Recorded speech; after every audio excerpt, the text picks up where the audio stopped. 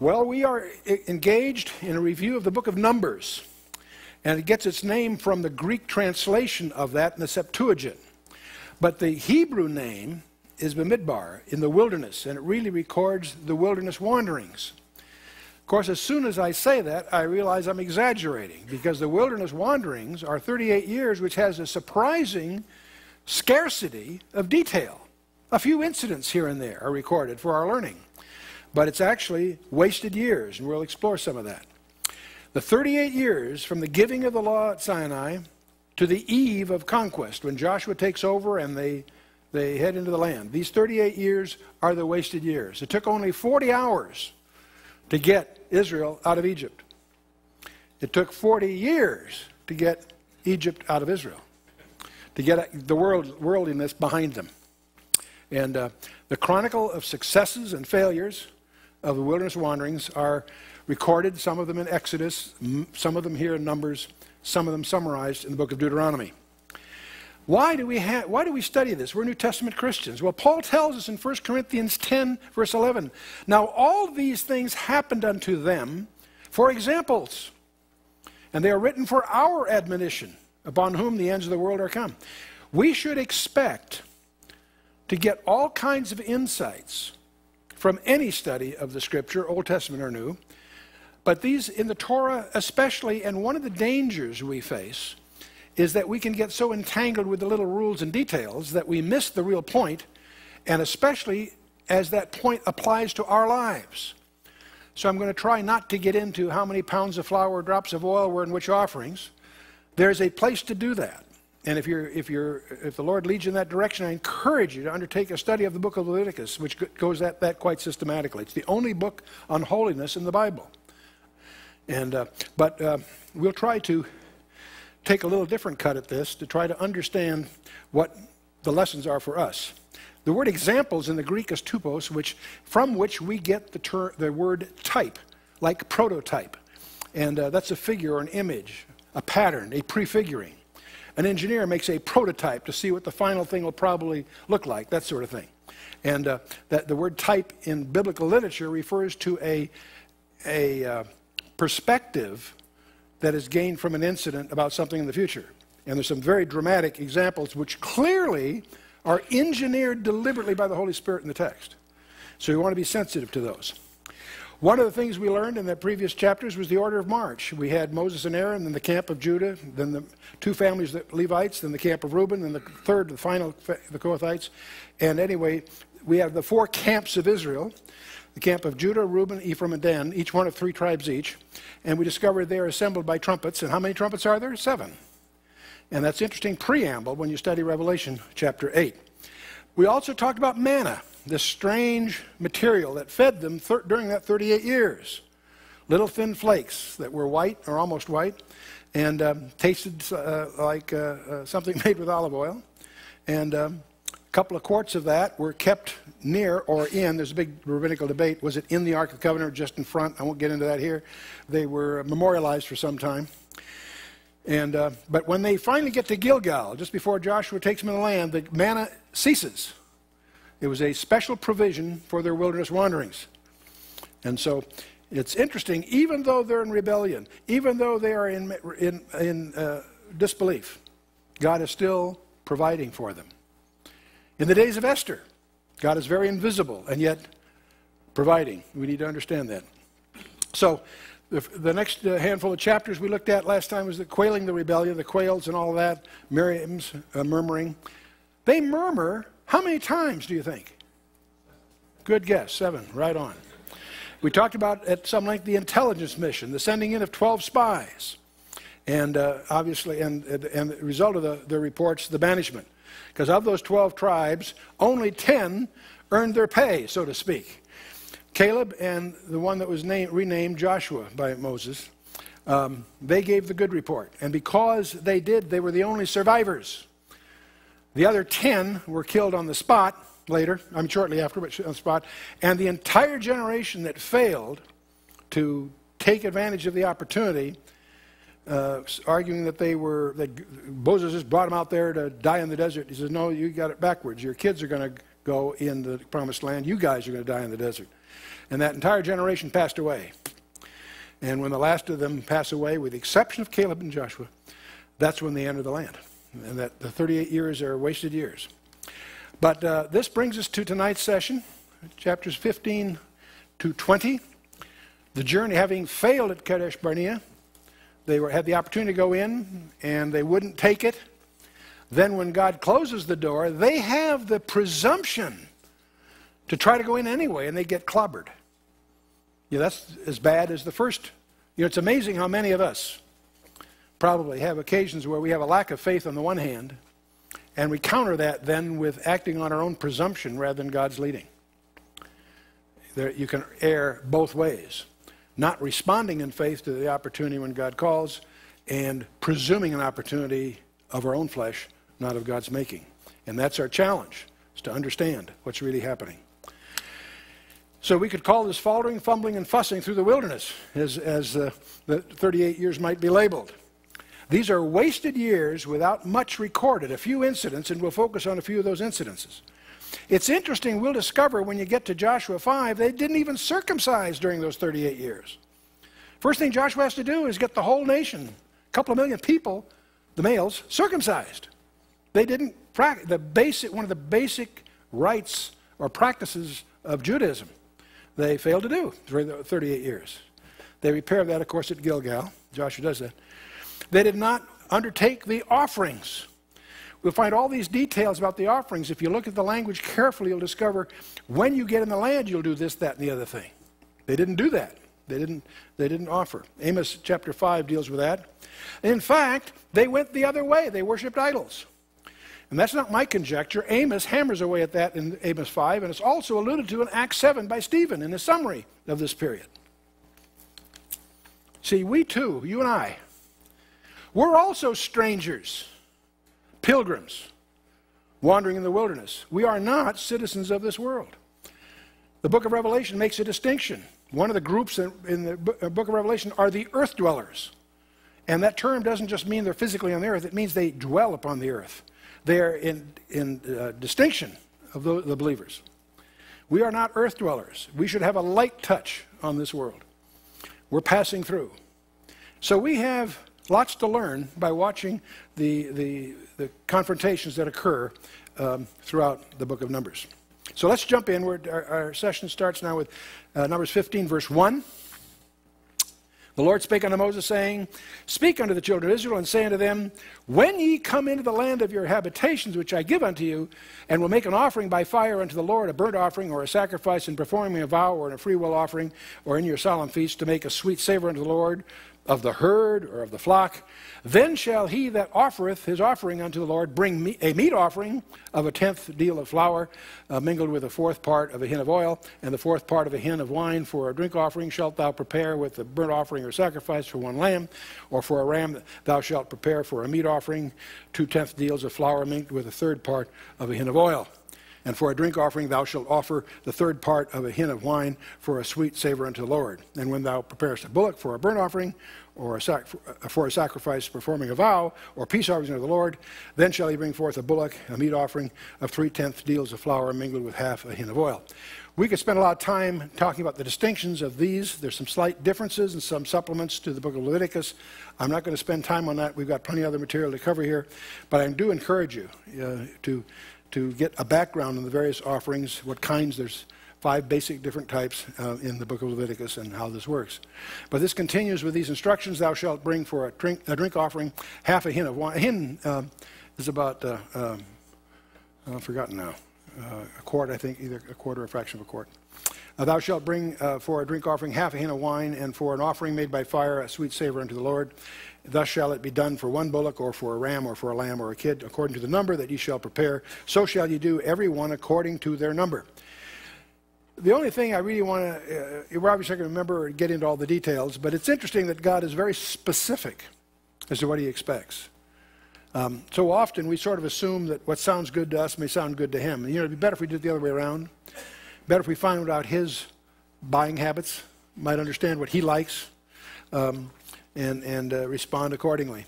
All that are born of the country shall do these things after this manner, in an offering in offering and offering made by fire of a sweet savor unto the Lord. And if a stranger sojourn with you, or whosoever be among you in your generations, and will offer an offering made by fire of a sweet savor unto the Lord, as ye do, so he shall do.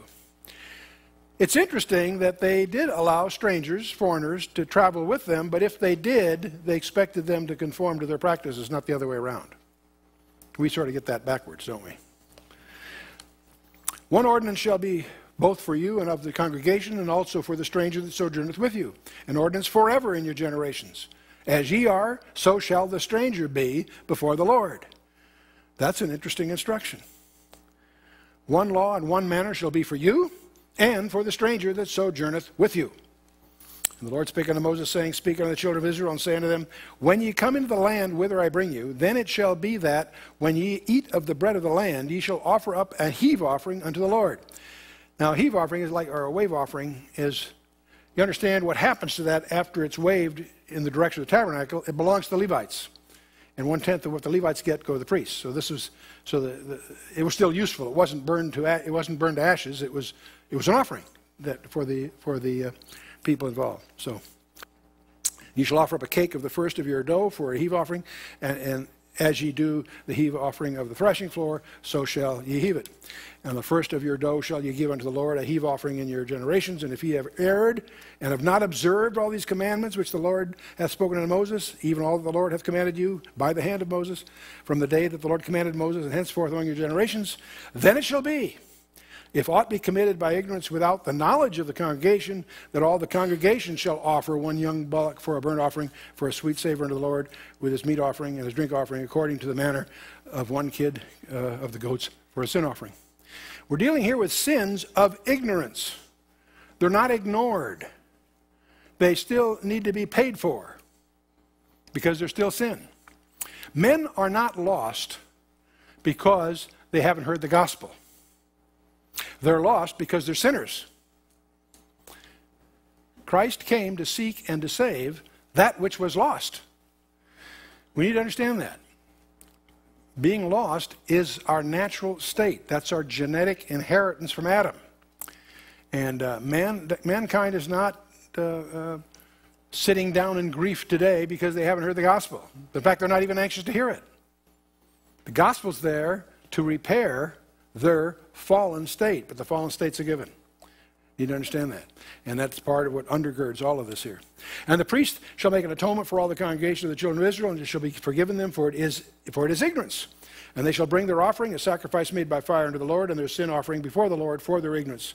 And it shall be forgiven all the congregation of the children of Israel, and the stranger that sojourneth among them, seeing all the people were in ignorance. And if any soul sin through ignorance, then he shall bring a she-goat of the first year for a sin offering, and the priest shall make an atonement for the soul that sinneth ignorantly, when he sinneth by ignorance before the Lord, to make an atonement for him, and it shall be forgiven him. Again, this is part of it is to teach that the base condition we're dealing with. You shall have one law for him that sinneth through ignorance, both for him that is born among the children of Israel, and for the stranger that sojourneth among them. But the soul that doeth aught presumptuously, whether he be born in the land or a stranger, the same reproacheth the Lord, that soul shall be cut off from among his people. Because he hath despised the word of the Lord, he hath broken his commandment, that soul shall utterly be cut off, his iniquity shall be borne upon him. And while the children of Israel were in the wilderness, they found a man that gathered sticks upon the Sabbath day. And they that found him gathering sticks brought him to Moses, to Aaron, and to all the congregation. We're going to see that they kill him. This is very severe. For what? Gathering sticks on the Sabbath day. No, that's not the point. The point, he's presumptuously doing it in defiance of God's direct commandment. And some people feel this is very, very severe. We always forget that the Sabbath laws were also embroidered by the Pharisees that Jesus spoke against. Jesus is the Lord of the Sabbath. And the Pharisees added these Jewish regulations that are not contained in the Old Testament to provide their own loopholes for themselves. And the Lord of the Sabbath teaches that the law is designed for man's spiritual enjoyment and to satisfy his deepest needs. The Sabbath was designed for our spiritual growth, not to keep a lot of rules and regulations. But the Bible nowhere makes light of, takes a light attitude towards the deliberate transgression of any of God's laws. And they put him in ward because it was not declared what should be done to him. And the Lord said unto Moses, the man shall be surely put to death. All the congregation shall stone him with stones without the camp. And all the congregation brought him without the camp, stoned him with stones, and he died as the Lord commanded Moses. The death penalty was the penalty for breaking any of the 10 Commandments. And we need to understand this, because it tells us what it means that Jesus Christ died in our behalf. Someone had to die to pay for our sin. And that's part of the teaching that's going on. Someone say, "Jesus, isn't that pretty severe for the guy?" No, it's a way of sparing thousands of others that would learn by that God takes these things seriously. That coin has two sides. The Lord spake unto Moses, saying, speak unto the children of Israel, and bid them that they make them fringes in the borders of their garments throughout their generations, and that they put upon the fringe of the borders a riband of blue. So that's a tradition that is very, very deep. And it shall be unto you for a fringe, that ye may look upon it and remember all the commandments of the Lord. It's like a string around the nation of Israel's finger. You ever do that? That's probably an old-fashioned thing, to tie a string around your finger to remind you of something. What was that supposed to remind me of? I forgot that. Anyway. But the same kind of idea. This is to remind them, to remember all the commandments of the Lord and to do them. And that seek not after your own heart, after your own eyes, after which ye used to go a-whoring. That ye may remember and do all my commandments and be holy unto your God. That is set aside to your God. I am the Lord your God, which brought you out of the land of Egypt. To be your God, I am the Lord your God. To be holy, you know, glib phrase. What does it really mean? It means to be separate, to be set apart. It's interesting how many churches try so hard to be part of the world. They got it backwards. They got it backwards. Not that they should be just obnoxious, but the point, the concept is to be separated from things of the world, not married to them. But I want to talk a little bit, to understand these fringes, you want to understand a basic biblical understanding of what hems are all about. In Hebrew, the term is shoal, and it's a hem, a border, a fringe, the bottom edge of a skirt or a train.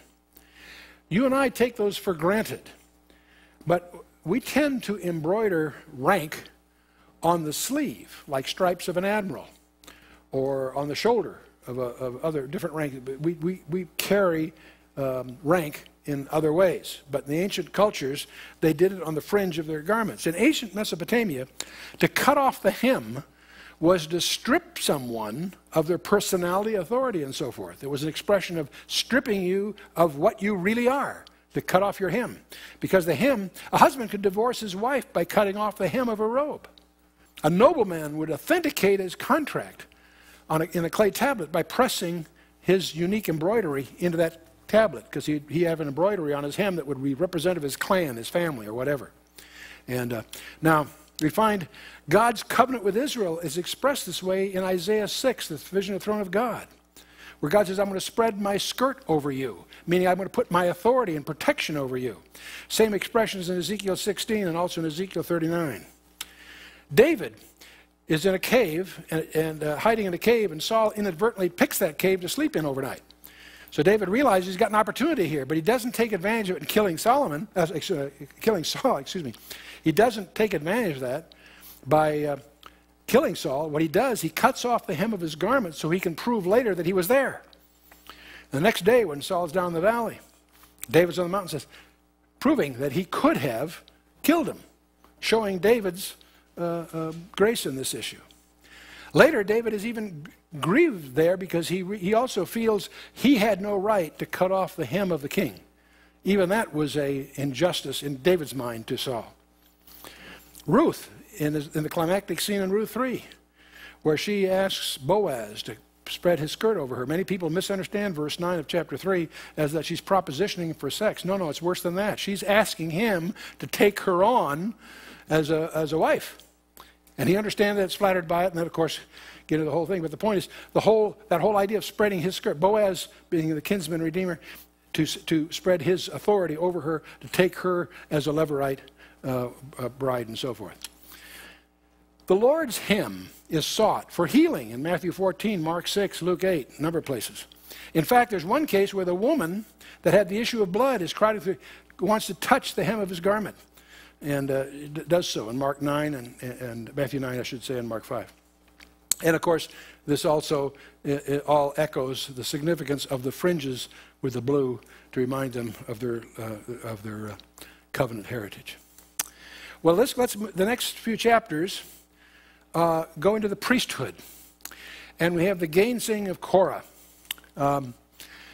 This is mentioned, by the way, in Jude 11 in the New Testament as one of the marks of false teachers in the last days. So as we read this strange story of Korah, who leads this rebellion against Moses and Aaron, let's recognize that the New Testament expressly links our lives to this story because it's indicative of the false teachers in the last days. And we see forthcoming here a rebellion against Moses by Korah on the Levitical side and Reuben and his cohorts on the civil side. There's two groups that have different agendas, but they're both united in feeling that they've been disenfranchised by Moses' presuming authority here. They're all ignoring the fact that God rather dramatically established them in their position. So, by the way, Korah was evidently a cousin of Moses, which makes the rebellion even more serious. But Korah, the son of Izhar, the son of Kohath, the son of Levi, and Dathan and Abiram, the sons of Eliab, and On, the son of Peleth, sons of Reuben, took men. In other words, this other group of conspirators are of the tribe of Reuben. The Reubenites were probably upset because they were Reuben was the firstborn, but he lost their franchise because he will be upstaged. That's where Judah takes over. But they rose up against Moses with certain of the children of Israel, 250 princes of the assembly, famous in the congregation, men are renowned. So we got 250 guys that have joined this rebellion against Moses and Aaron. And they gathered themselves together against Moses and against Aaron and said unto them, Ye take too much upon you, seeing all the congregation are holy, every one of them, and the Lord is among them. Wherefore then lift ye up yourselves above the congregation of the Lord? You know, this is a false accusation. Moses didn't want the job, if you may recall, and so on. So we've got there is a proverb that's meaningful here. It's one of the useful ones to keep in mind. Proverbs 13:10 says that only by pride cometh contention. Whenever you see contention, of whatever kind, pride is at the root of it. In this case, I'm sure jealousy is a major part of it. And there are a few complications in the background I won't spend a lot of time on, but Izhar, which is the brother of Amram, is the second son of Kohath, and for some reason unrecorded, he was supplanted by a descendant of the fourth son of Kohath, who was appointed a chief or prince of the Kohathites. This is all back in Numbers chapter 3, by the way. But anyway, discontent with the precedent of having someone younger, a younger relative, originating getting in a better situation, may have been one of the reasons he participated in this seditious movement.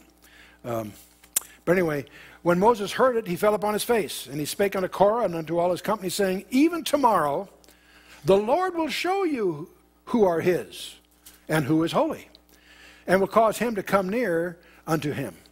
Even him whom he hath chosen will he cause to come near unto him. And so the people that are taking too much on themselves are Korah and his gang.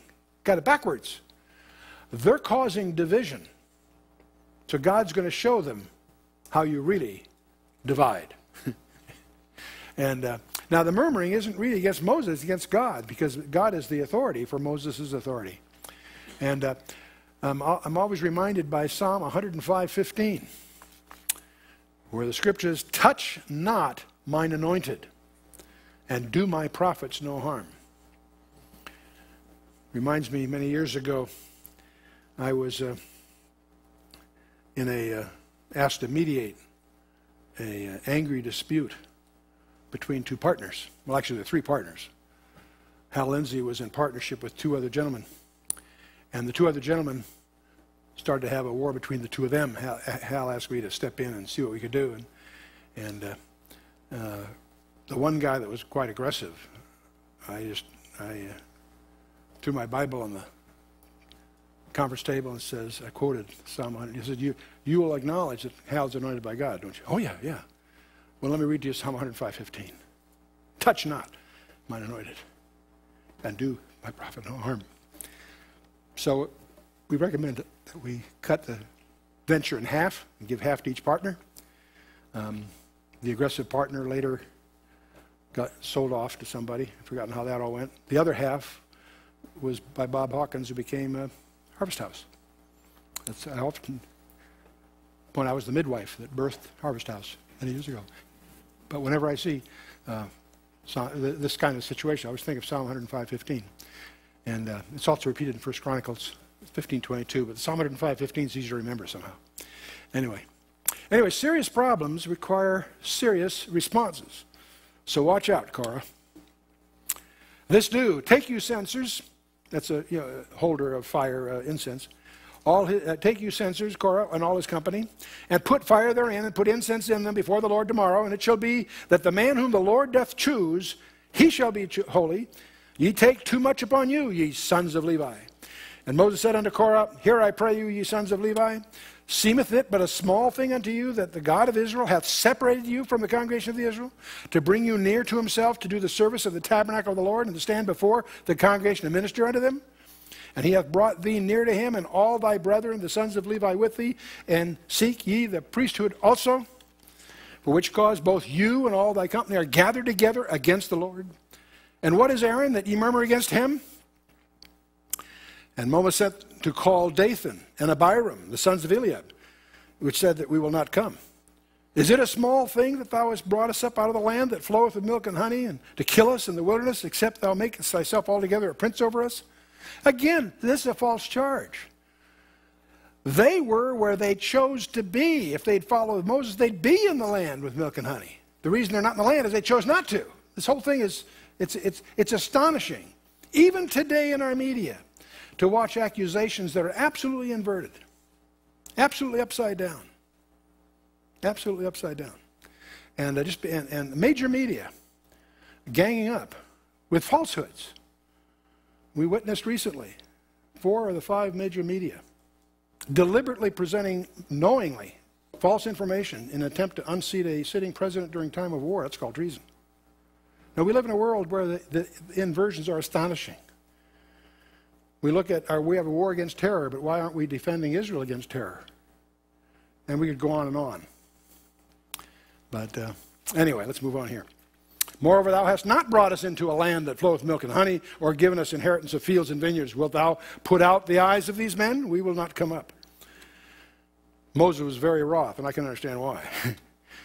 And said unto the Lord, Respect not thou their offering. I have not taken one ass from them, neither have I hurt one of them. In other words, he didn't take any benefit by the burden of his responsibility. Moses said unto Korah, Be thou and all thy company before the Lord, thou and they and Aaron tomorrow. And take every man his censer, and put incense in them, and bring ye before the Lord every man his censer, 250 censers. Thou also and Aaron, each of you his censer. They took every man his censer, and put fire in them, and laid incense thereon, and stood in the door of the tabernacle, the congregation, with Moses and Aaron. Stand by. And Korah gathered all the congregation against them unto the floor of the tabernacle of the congregation. The glory of the Lord appeared unto all the congregation. That should have got their attention. And the Lord spake unto Moses and said unto Aaron, saying, Separate yourselves from among this congregation, that I may consume them in a moment. Whew. Can't imagine deliberately trying to make God angry. Can't imagine. And yet, and they fell upon their face and said, O God, God of spirits of all flesh, shall one man sin? Wilt thou be wroth with all the congregation? Notice who's going to the defense. The accused. The Lord spake unto Moses, saying, Speak unto the congregation, saying, Get you up from about the tabernacle of Korah, Dathan, and Abiram. And Moses rose up and went unto Dathan and Abiram, and the elders of Israel followed him.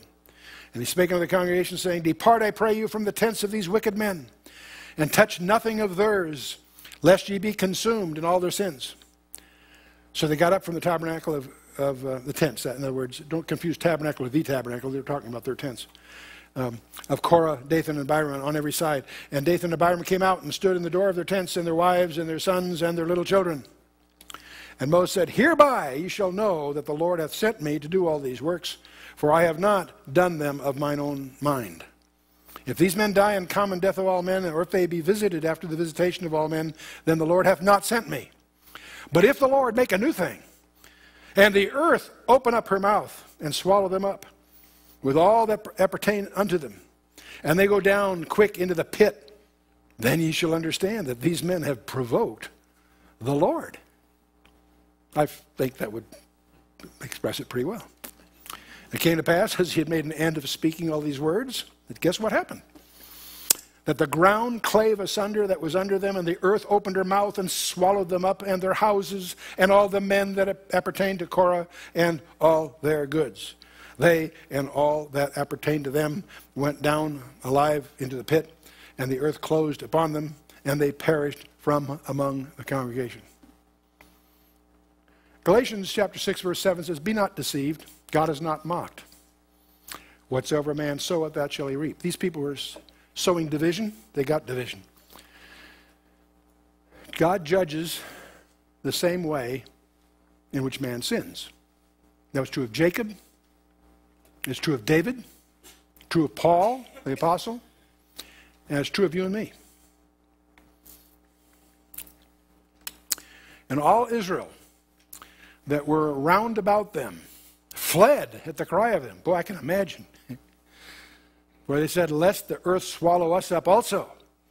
And there came out a fire from the Lord and consumed the 250 men that offered incense.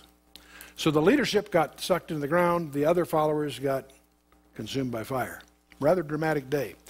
I won't take the time in order to cover other material, but you might put in your notes 2 Peter chapter 2, verses 10 through 22, which tells you what God's view is of those who despise authority and rebel against God's truth. For most of you, it's probably pretty basic material. On the other hand, I encourage you to refresh your memories with 2 Peter 2, 10 through 22. But in the interest of covering the material, we'll keep moving here. It's at this point, by the way, that the Hebrew Bible starts a new chapter. There are a few places where the Hebrew Bible and our English translations are slightly different. And not a big deal, but just be aware of it. The Jewish scribes felt that the rest of chapter 16 and all of 17 were a unit on the theme of Aaron's unique role as a priest. Continuing in Numbers 16, verse 36. And the Lord spake unto Moses, saying, Speak unto Eleazar the son of Aaron, the priest, that he take up the censers out of the burning, and scatter thou the fire yonder, for they are hallowed. And the censers of these sinners against their own souls, let them make them broad plates for a covering of the altar. And they offered them before the Lord, therefore they are hallowed. They shall be a sign unto the children of Israel.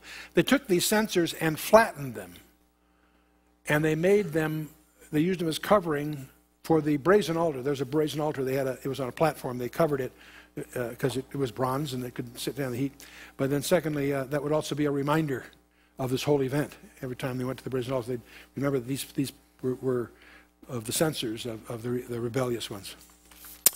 And Eleazar the priest took the brazen censers wherewith they were burnt and offered and made broad plates for a covering of the altar, to be a memorial unto the children of Israel, that no stranger which is not of the seed of Aaron came near to offer incense before the Lord, that he be not as Korah and his company, as the Lord had said to him by the hand of Moses. But on the morrow the congregation of the children of Israel murmured against Moses and against Aaron, saying, Ye have killed the people of the Lord. Can you believe, by the way, this is the sixth murmuring. I haven't bothered to count them as we go, but you can check it out. This is the sixth murmuring that's recorded as such. And this is on the next day. People are murmuring against Moses because of his brutal treatment of these rebellious people. You have killed the people of the Lord. Well, it came to pass when the congregation was gathered against Moses and against Aaron, that they looked toward the tabernacle of the congregation, and behold, the cloud covered it, and the glory of the Lord appeared. And Moses and Aaron came before the tabernacle of the congregation. The Lord spake unto Moses, saying, Get you up from among this congregation, that I may consume them as in a moment. And they fell upon their faces. Now, this crowd is now murmuring against Moses and Aaron, but I want you to notice who goes to bat for the crowd. Moses and Aaron, take a censer, put fire therein from off the altar, and put on incense, and go quickly unto the congregation, and make an atonement for them. For there is wrath gone out from the Lord. The plague has begun. This is Moses' 911 call. Tells Aaron, grab a censer, get to it, to intervene on behalf of the people. The plague's already begun. And Aaron took as Moses commanded, and ran into the midst of the congregation. And behold, the plague was begun among the people, and he put on incense and made an atonement for the people. And he stood between the dead and the living, and the plague was stayed. Who is he a type of? Jesus. Who's our high priest? Whoever liveth to make intercession for who? You and me. That's his full-time job. This is a model in a sense. Now they that died in the plague were 14,700 beside them that died about the matter of Korah. So when you add it all together, it's about 15,000 people. That's a non-trivial episode. And Aaron returned unto Moses unto the door of the tabernacle and congregation, and the plague was stayed. Whew. Okay. Now in chapter 17, the Lord spake unto Moses, saying, speak unto the children of Israel, and take every one of them a rod, according to the house of their fathers, and all their princes, according to the house of their fathers, 12 rods. Write thou every man's name upon his rod. Understand these rods. These are staffs. They're old dead sticks, probably carved with initials or insignias, or they're decorated poles that they used as staffs, okay? They're dead. They're old sticks. I don't know how big they were, but you can imagine. You got 12 of them, one for each of the tribes. And thou shalt write Aaron's name upon the rod of Levi. For one rod shall be for the head of the house of their fathers. And thou shalt lay them up in the tabernacle of the congregation before the testimony where I will meet with you. And it shall come to pass that the man's rod, whom I shall choose, shall blossom. You got to be kidding. And I will make to cease from me the murmurings of the children of Israel, whereby they murmur against you. And Moses spake unto the children of Israel, and every one of their princes gave him a rod apiece, for each prince one, according to their father's houses, even 12 rods. And the rod of Aaron was among their rods. And Moses laid up the rods before the Lord in the tabernacle of witness. It came to pass that on the morrow, Moses went into the tabernacle of witness, and behold, the rod of Aaron for the house of Levi was budded, and brought forth buds, and bloomed blossoms, and yielded almonds. And Moses says, this bud is for you, right? Oh, sorry. All right. Forgive me for that. That's Bob Cornuke's favorite line. I had to work it in. And Moses brought out all the... But can you picture this, though? Can you imagine? Overnight, this dead stick turns into an almond tree, bearing fruit and blossom. I mean, Moses brought out all the rods from before the Lord unto the children of Israel, and they looked and took every man his rod. And in Hebrews, the Epistle to Hebrews, chapter 4, it makes reference to this. It says, seeing then that we have a great high priest that is passed into the heavens, Jesus, the Son of God, let us hold fast our profession. For we have not a high priest which cannot be touched with the feeling of our infirmities, but was in all points tempted like we are, and yet without sin. Let us therefore come boldly unto the throne of grace, that we may obtain mercy and find grace to help in time of need. So when we speak of this confirmation of Aaron, let's also recognize that we have confirmation the same way. What confirmed Aaron's authority? The dead brought to life. That rod, which was dead, blossomed, brought forth fruit. It was a resurrection, admittedly in the botanical world, but it was a resurrection that confirmed Aaron's priesthood by God himself. And I suggest to you that's the same way that our priest is confirmed, by an empty tomb one Sunday morning. But this man, Hebrews continues a few chapters later, says, but this man, because he continueth ever, hath an unchangeable priesthood, and wherefore he is able also to save them to the uttermost that come unto God by him, seeing that he ever liveth to make intercession for them. The writer of Hebrews is making the point that the Levitical priests died. They would disappear. The priest we have never will. he ever lives to make intercession for you and I. That's his full-time job. Man, that's great.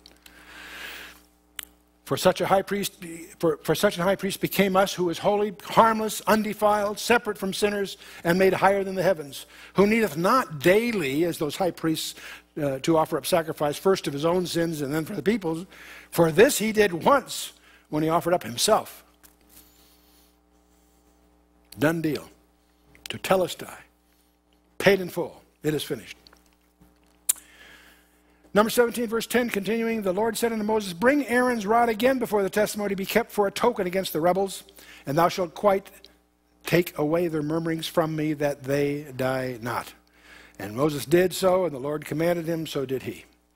And the children of Israel spake unto Moses, saying, behold, we die, we perish, we all perish. Whoever cometh anything near unto the tabernacle of the Lord shall die. Shall we be consumed by dying? Well, we're going to talk about the priesthood. Aaron's been confirmed. Let's talk about the whole priesthood. That's chapter 18. The Lord said unto Aaron, thou and thy son and thy father's house with thee shall bear the iniquity of the sanctuary. And thou and thy sons with thee shall bear the iniquity of your priesthood.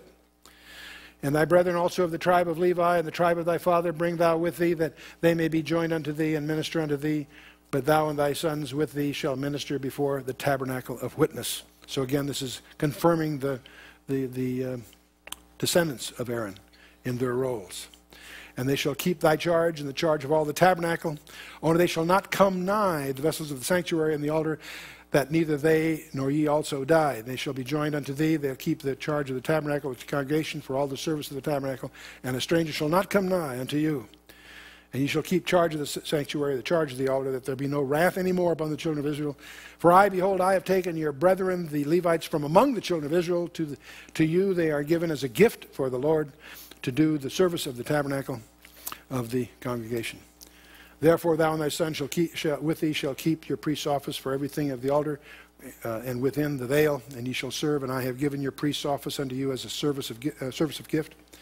And the stranger that cometh nigh shall be put to death.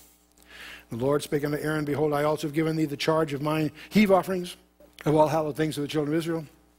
Unto thee have I given them by reason of the anointing, and to thy sons by an ordinance forever. This shall be thine of the most holy things reserved from fire. Every oblation of theirs, every meat offering of theirs, and every sin offering of theirs, and every trespass offering of theirs, which they shall render unto me, shall be most holy for thee and for thy sons. In the most holy place thou shalt eat it, every male shall eat it, and it shall be holy unto thee. And this is thine, the heave offering of the gift, and all the wave offerings of the children of Israel, and I have given them unto thee, to thy sons and thy daughters with thee, by a statute forever. Every one that is clean in thy house shall eat of it. All the best of the oil, all the best of the wine, and of the wheat, and of the first fruits of them which shall offer unto the Lord, them have I given thee. Whatsoever is first ripe in the land, which they shall bring unto the Lord, shall be thine. Every one that is clean in thy house shall eat of it.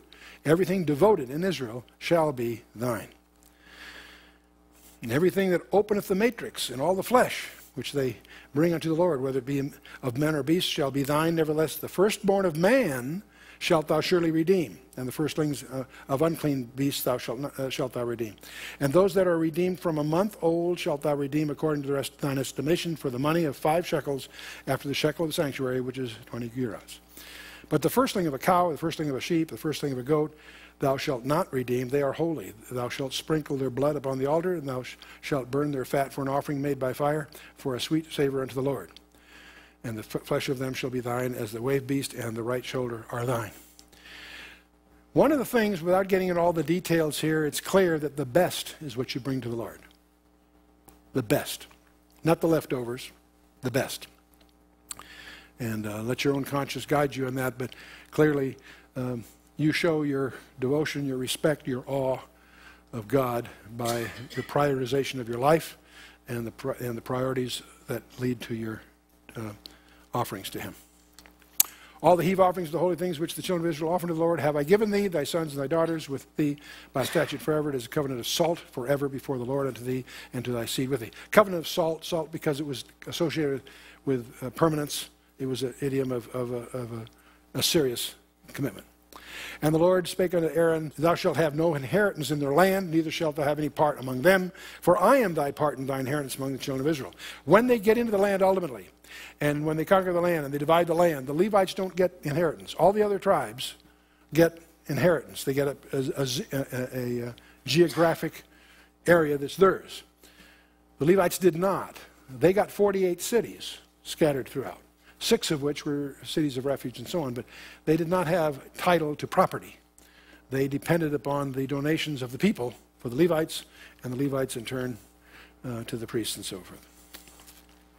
Behold, I've given the children of Levi all the tenth of Israel for an inheritance for their service which they serve, even the service of the tabernacle of the congregation. Neither must the children of Israel henceforth come nigh the tabernacle of the congregation, lest they bear sin and die.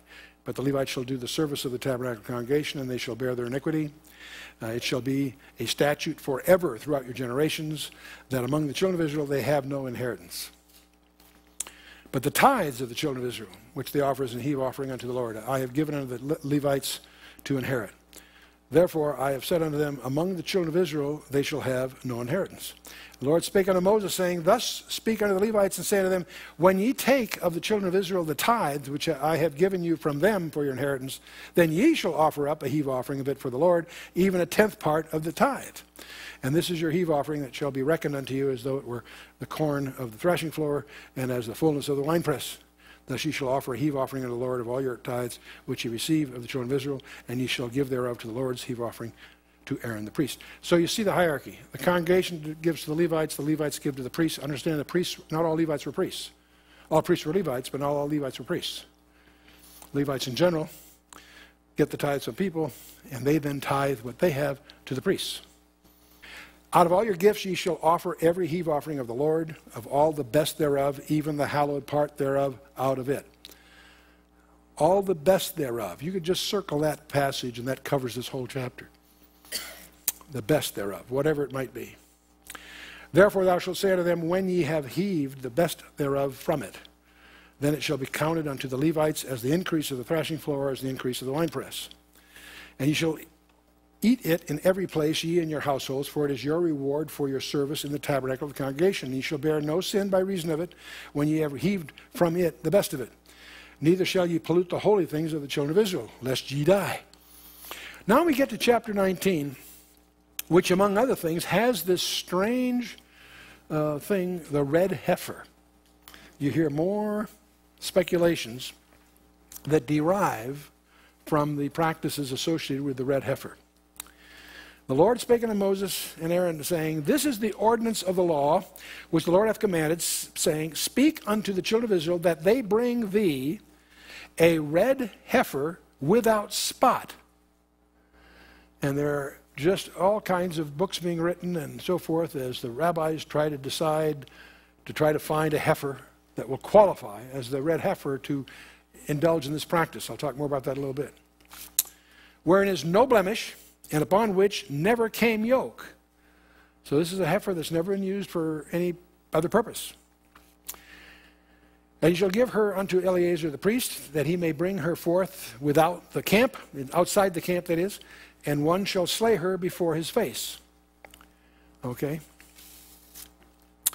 And Eleazar the priest shall take of her blood with his finger, and sprinkle of her blood directly before the tabernacle of the congregation 7 times, linking it symbolically, of course, to the tabernacle, even though it's outside the camp. One shall burn the heifer in his sight. Her skin and her flesh and her blood with her dung shall he burn.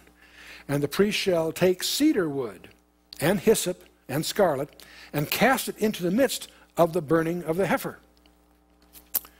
And the priest shall wash his clothes, and he shall bathe his flesh in water, and afterward he shall come into the camp, and the priest shall be unclean until even. And he that burneth her shall wash his clothes in water, and bathe his flesh in water, and shall be unclean until the evening. And a man that is clean shall gather up the ashes of the red heifer, and lay them up without the camp in a clean place, and it shall be kept for the congregation of the children of Israel, for a water of separation. It is a purification for sin. And he that gathereth the ashes of the heifer shall wash his clothes, and be unclean until even. And it shall be unto the children of Israel and unto the stranger that sojourneth among them for a statute forever. Interesting. He that toucheth the dead body of any man shall be unclean 7 days. He shall purify himself with it on the 3rd day, and on the 7th day he shall be clean. But if he purifieth not himself the 3rd day, then on the 7th day he shall not be clean. Whosoever toucheth the dead body of any man that is dead, and purifieth not himself, defileth the tabernacle of the Lord, and that soul shall be cut off from Israel, because the water of separation was not sprinkled upon him. He shall be unclean. His uncleanness is yet upon him. This is the law when a man dieth in a tent. All that come into the tent and all that is in the tent shall be unclean 7 days. Every vessel which hath no covering bound upon it is unclean. Whosoever toucheth one that is slain with a sword in the open fields, or a dead body, or a bone of a man, or a grave, shall be unclean 7 days. And for an unclean person they shall take of the ashes of the burnt heifer of purification for sin, and running water shall be put thereinto in a vessel. And a clean person shall take hyssop and dip it in the water, and sprinkle it upon the tent, and upon the vessels, and upon the persons that were there, and upon him that touched a bone, or slain, or one dead, or a grave. The clean person shall sprinkle upon the unclean on the 3rd day, and on the 7th day, and on the 7th day he shall purify himself, wash his clothes, and bathe himself in water, and he shall be clean at evening. So this is the purification procedure for someone that has become unclean by in some way tainted by coming in touch with death. Okay. But the man that shall be unclean shall not purify himself. That soul shall be cut off from among the congregation, because he hath defiled the sanctuary of the Lord. The water of separation hath not been sprinkled upon him. He is unclean. And it shall be a perpetual statute unto them, that he sprinkleth the water of the separation shall wash his clothes, that he that toucheth the water of separation shall be unclean until even. And whatsoever the unclean person toucheth shall be unclean. The soul that toucheth shall be unclean till even. Now, so this is the whole thing. The red heifer was selected outside the camp, offered, burned, and the ashes then are used with water to be a purification procedure for all these different conditions. Now, you can understand this probably in terms of, while they're wilderness wanderings, they have now a procedure that they can use when you got several million people, and you've got bereavements, you've got funerals, you've got other things. There are all kinds of people that become ritually unclean that need to be purified. There's now a procedure that can be administered by others of the priests, not necessarily the high priest, to deal with this. Now, after the wilderness wanderings, when they enter the land, they're faced with even a more complicated problem. They're going to inherit cities spread over the whole country. If somebody is up in Galilee and needs to be purified, it may not be practical for him to get down to Jerusalem, to the temple, to receive purification, from headquarters. What he did was, there was available to him, Levitically, water that came from the red heifer for purification. One of the places you run into this in the New Testament is in John chapter 2. In John chapter 2, you get through John 1, the big introduction to the fabulous gospel, and then it says, on the 3rd day there was a marriage in Cana of Galilee, and the mother of Jesus was there, and it goes on. Well, wait a minute. 3rd day from what? If you're reading John 1, there's no reference point here. The 3rd day sounds like it's the 3rd day from something. No, what the 3rd day is, it's Tuesday. It's Tuesday. You say, why is there a wedding on Tuesdays? Because Jewish weddings are always on a Tuesday. Do you know why Jewish weddings are on a Tuesday? Because of Genesis chapter 1. If you look carefully at the creation, every day of creation, God does this, that, or the other thing, and saw that it was good. On Monday, you'll find there was no such statement. What he does on Monday, he does. It isn't until the next day that he blesses that, does something else, and blesses it too. So Tuesday is distinctive of the 7 days in that it has 2 blessings, not 1. So Tuesday is known to the Jewish mind as the day of double blessing. So if you're going to get married, you do it on Tuesdays. So you'll discover Jewish weddings are on Tuesdays because of this. And so this is what's happening here. On the 3rd day, that is Tuesday, there was a marriage in the Cana of Galilee, and the mother of Jesus was there. Both Jesus called his disciples to the marriage. And when they wanted wine, the mother of Jesus said to them, they have no wine. And you all know the story, but what many people miss, you get down to verse 6, and there was set there 6 water pots of stone, after the manner of the purifying of the Jews, containing 2 or 3 firkins apiece. So they were obviously in the home of a priest. These were filled with water that had in it, at least technically, ashes of the red heifer. So it could be used for ritual cleansing. Now, Jesus says to the servants, fill the water pots with water. In other words, they may have been not full, all the way full. Top them off, fill them to the brim. And then they distribute that as wine. Now, what's kind of interesting about this, first of all, the wedding guests didn't know anything about this. Things went, it was situation normal, except the best wine was coming last. That's kind of neat. They make that remark. Nobody knew what had happened here except the disciples. And the servants probably, because they recognized what was going on. It was an inside thing. It was not a public spectacle. But what was Jesus doing? Turning water into wine, yes. But what water was he using? From their point of view, the ritualistically sacred water. He was Lord of the Torah. Not just Lord of heaven and earth. Of the Torah, of these practices. And so there's a whole other undercurrent here. I'll let you dig out on your own. We're going to get to chapter 20 to get a photo finish here. Chapter 20 is now at the end of the 37 years. What you have seen so far, there's obviously been a lot of rules and regulations are embedded in that. Yeah, I understand. But a few incidents out of 37 years. We're not quite finished, but we're at Kadesh again after 37 years. We're now going to encounter the 7th murmuring, believe it or not. And this is going to lead to water coming out of a rock. And as a result of the way Moses handled this, he blows it. We want to understand what's going on here. And then we have Edom refusing passage, and that'll finish up, and then Aaron finally dies, and that wraps up chapter 20. So let's get back to Numbers chapter 20, verse 1. Then came the children of Israel, even the whole congregation, into the desert of Zin in the 1st month. And the people abode in Kadesh, and Miriam died there and was buried there. Now, we could spend a lot of time talking a little bit about Miriam. She gets a bad rap here because she was murmuring, but she also had some, she took care of Moses when he was a baby. Remember, she was older than he was, obviously. And she had her moments. But in any case, she passes away. And there was no water for the congregation. And they gathered themselves together against Moses and against Aaron. The people chode with Moses and spake, saying, would God that we had died when our brethren had died before the Lord. Now, of course, they didn't mean it. How often do we all do that? Say something we really don't mean. But there they are again, wishing they had died. Not really. Why have ye brought up the congregation of the Lord into this wilderness that we and our cattle should die there? Hey, you're there because you chose to be there, gang. Wherefore have ye made us to come up out of Egypt to bring us into this evil place? It is no place of seed or of figs or of vines or pomegranates, neither is there any water to drink. Moses and Aaron went from the presence of the assembly unto the door of the tabernacle of the congregation. They fell upon their faces, and the glory of the Lord appeared unto them.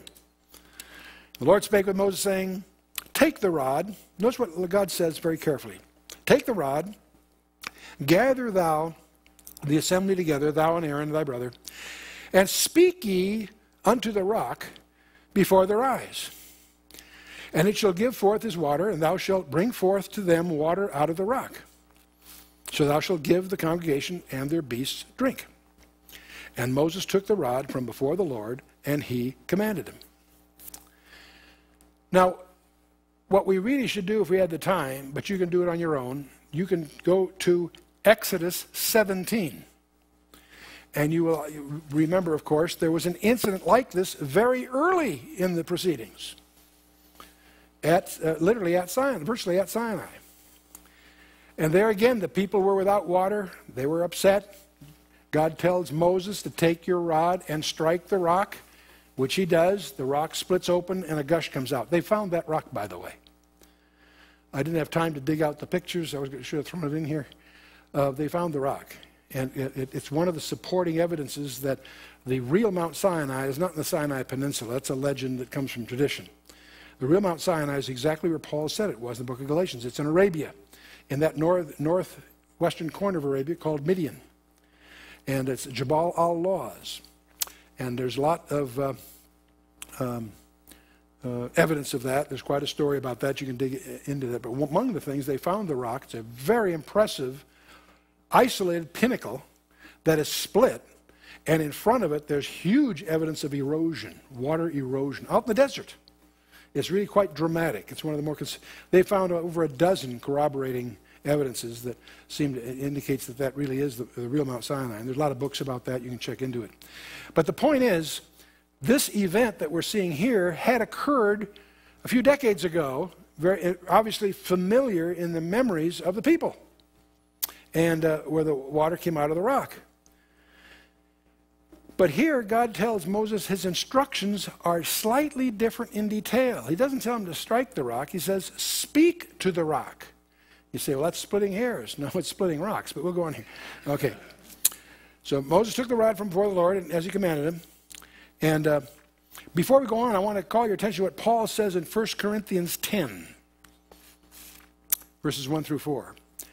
Paul says, moreover, brethren, I would not that ye should be ignorant how that all our fathers were under the cloud, and all passed through the sea. This is, of course, talking about the Exodus. And were all baptized unto Moses in the cloud and in the sea. And did all eat the same spiritual meat?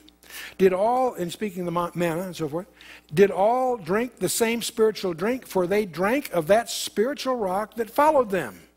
And that rock was what? Christ. Now, does that mean that rock was physically Christ? No, of course not. But he's speaking idiomatically here that rock that was providing here, the provision was by Jesus Christ. And Christ was hovering over them. Christ was taking care of them. He's linking that up. So this idea, what you can do, in your notes, make yourself an assignment.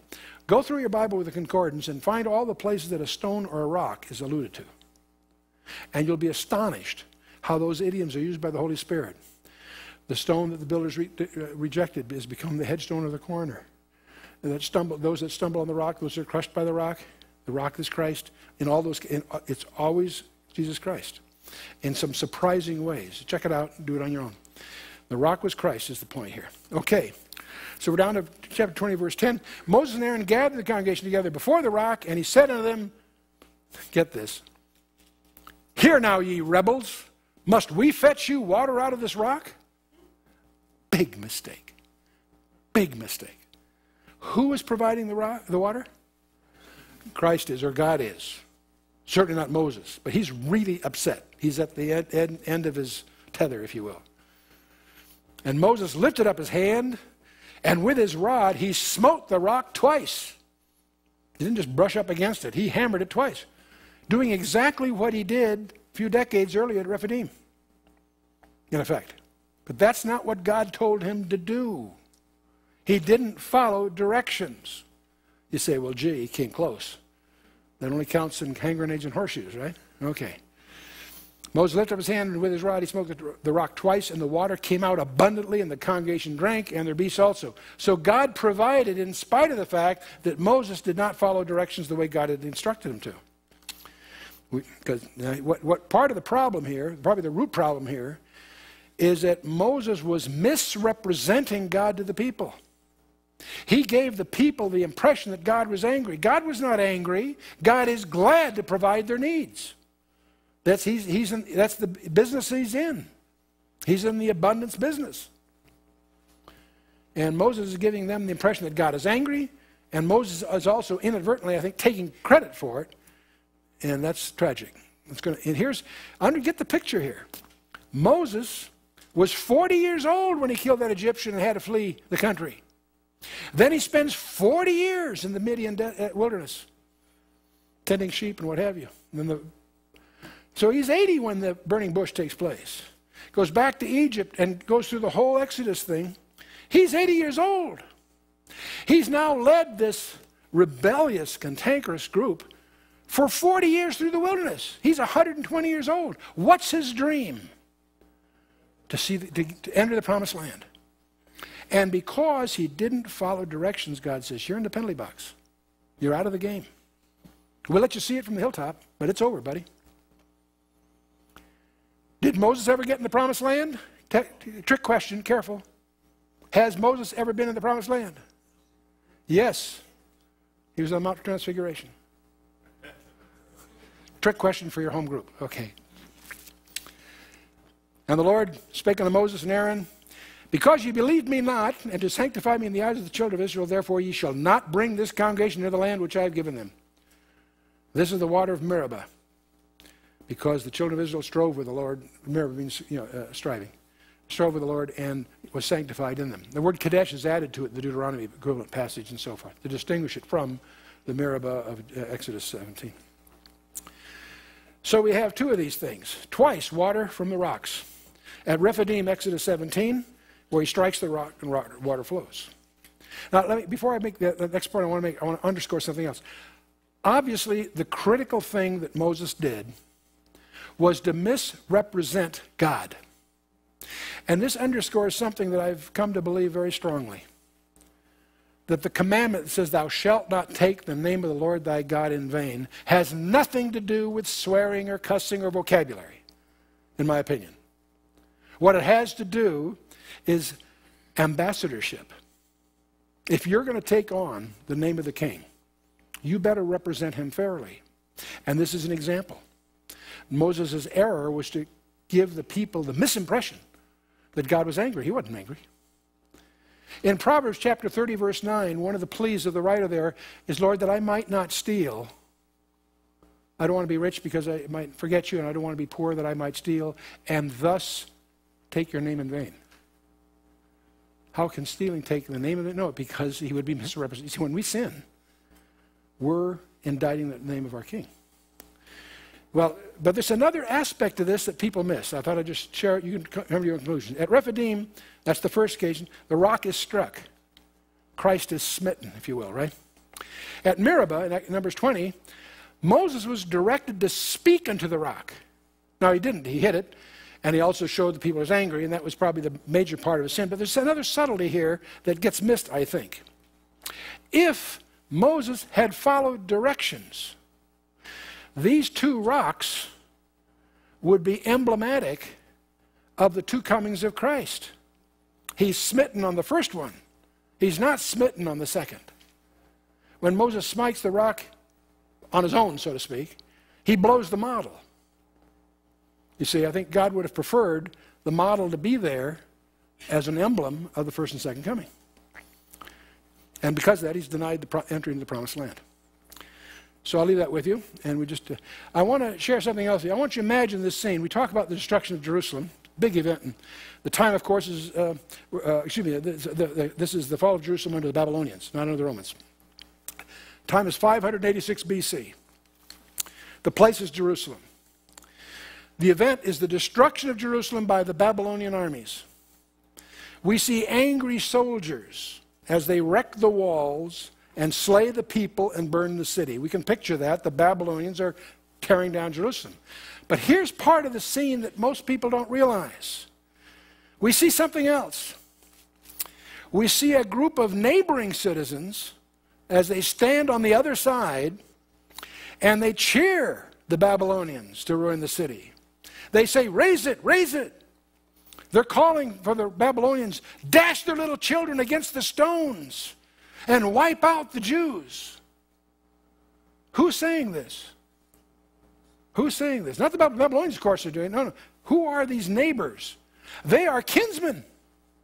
They are brothers of the Jews. They're mentioned in Psalm 17. Remember, O Lord, the children of Edom in the day of Jerusalem. Who said, raise it, even to the foundation thereof. O daughter of Babylon, who art to be destroyed, happy shall he be that rewardeth thee as thou hast served us. Happy shall he be that taketh and dasheth thy little ones against the stones. This is heavy stuff. These are cheering the atrocities. Genesis 25 gives you the clue here. In Genesis 25, these are the generations of Isaac, Abraham's son. Abraham begot Isaac. Isaac was 40 years when he took Rebekah to wife, the daughter of Bethuel, the Syrian of Padanaram, and sister of Laban, to sister of Laban the Syrian. And Isaac entreated the Lord for his wife because she was barren, and the Lord was entreated of him, and Rebekah, his wife, conceived. And the children struggled together within her. And she said, if it be so, why am I thus?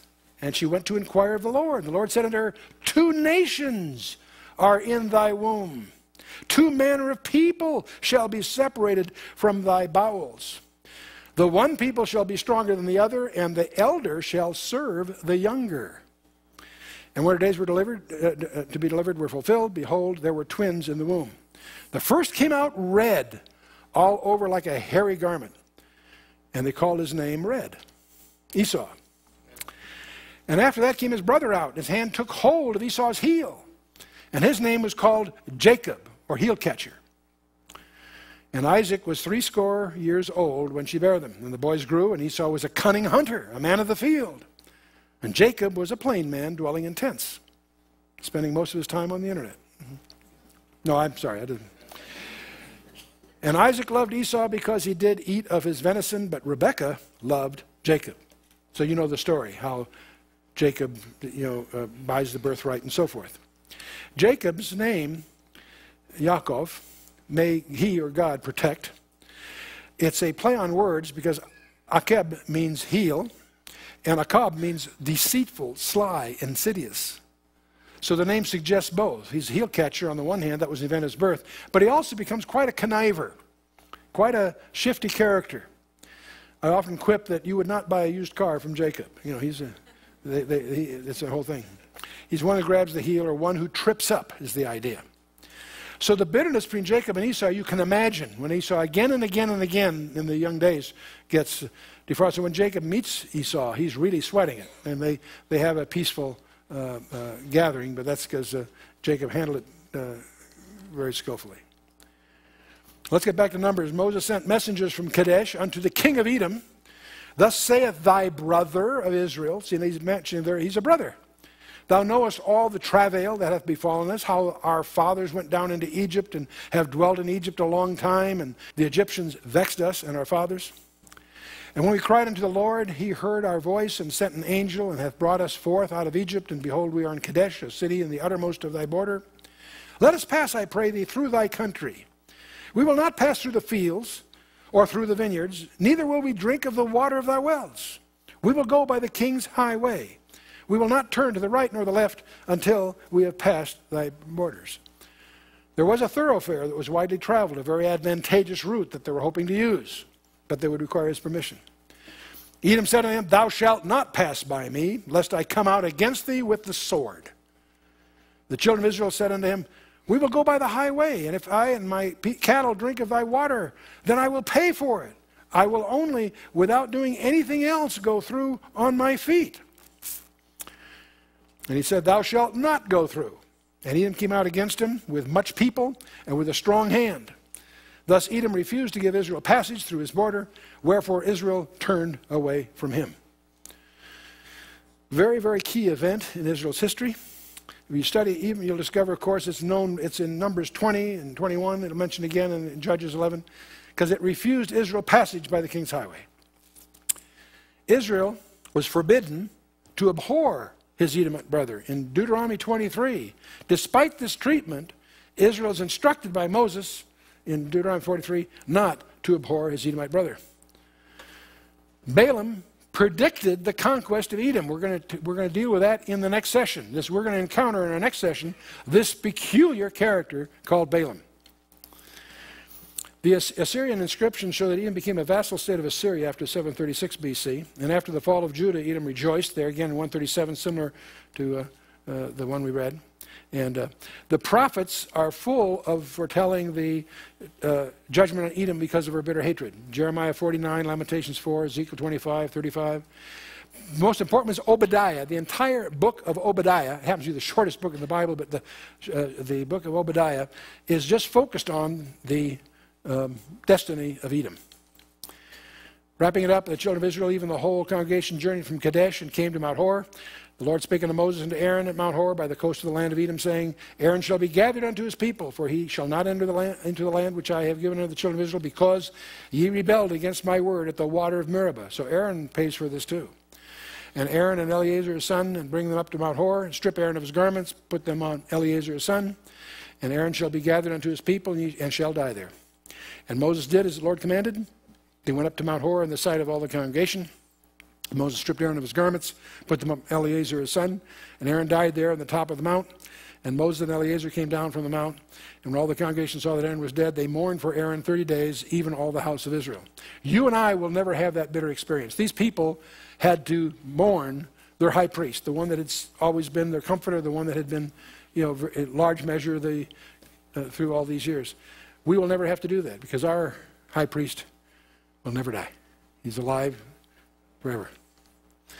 Now, you all know that Ammon is up to the north, Moab, Edom. We're going to go around Edom through Moab, and that's what the next session will deal with. Some very strange episodes there. For the next session, I want you to read Numbers 21 through 25. 21, 22, 23, 24, and 25. 5 chapters. And the journey into Moab, where you'll meet this strange event called the brazen serpent. And I defy you to make any sense of the brazen serpent by limiting yourself to the Old Testament alone. We'll talk about that next time, but do reflect on that. And we're also going to encounter this strange character, the prophet Balaam. He's a Mesopotamian. He's not Jewish, yet he has the word of the Lord. He's very prominent, very strange in his behavior.